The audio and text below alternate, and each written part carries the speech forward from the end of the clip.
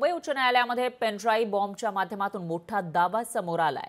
महाविकास आघाडी काळातील तत्कालीन मंत्री एकनाथ शिंदे आणि देवेंद्र फडणवीस यांच्या विरोधात मोठं षडयंत्र रचल्याचा दावा तपास अधिकाऱ्यांकडे करण्यात आलाय। पेनड्राईव्हमध्ये या संदर्भातील स्टिंग ऑपरेशन आहे। फडणवीस आणि शिंदेंना अडकवण्याचे आदेश देण्यात आले होते। एसीपी पटेल यांनी स्टिंग ऑपरेशनमध्ये हा मोठा दावा केलाय। लोकशाही मराठीच्या हाती हा खळबळजनक व्हिडिओ लागलाय।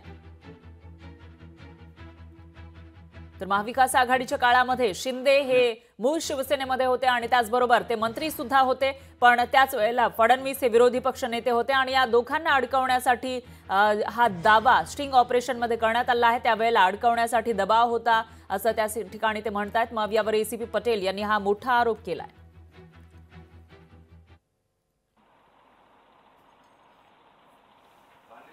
वानखेडेंनी केलं हे तर वानखेडे स्टेटमेंट दिलं मी केलं म्हणून बरोबर आहे।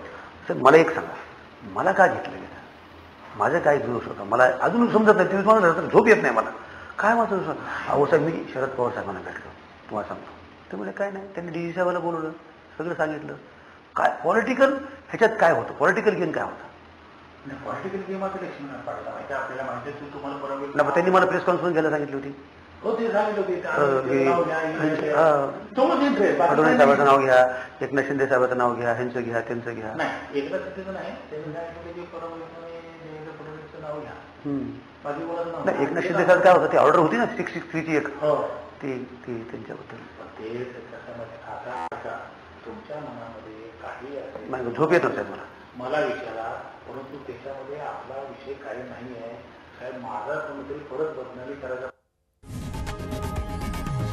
लोकशाही मराठी ऐका, पहा, जागरूक रहा।